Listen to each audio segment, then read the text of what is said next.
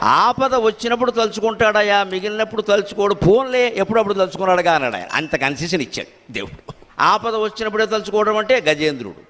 మళ్ళీ ఎప్పుడు గజేంద్రుడు మళ్ళీ దైవ ప్రార్థన చేసినట్టు మనకి లెక్కలేదు. అందుకే అది గజేంద్ర మోక్షం కాదు, గజేంద్ర మోక్షణం. మోక్షం అంటే ముక్తి. గజేంద్రుడికి ముక్తి రాలేదు. ఆయన మళ్ళీ ఇంద్రద్యుమ్న మహారాజుగా మళ్ళీ పుట్టాడు. వాడి కష్టాలు నష్టాలు వాడు అనుభవించాడు. మోక్షం రాల. గజేంద్రుడికి వచ్చింది మోక్షణం. మోక్షణం అంటే విముక్తి. ఏదో జైలు నుంచి విముక్తిలాగా విముక్తి. ముక్తి వేరు, విముక్తి వేరు. తేలు నుంచి ఎవరైనా విడుదలైతే ఆయన ముక్తి పొందాడు అనరు, అంత సీన్ లేదు అక్కడ. విముక్తి పొందాడు ఆయన, బయటకు వచ్చాడు బయలు మీద. ఒక జ్ఞాని మోక్షం పొందితే ముక్తి పొందాడు అంటారు. ఈ సర్వ సంబంధాలు ఉన్నప్పటికీ దానితో ఏమీ సంబంధం లేకుండా ఉండడం ముక్తి.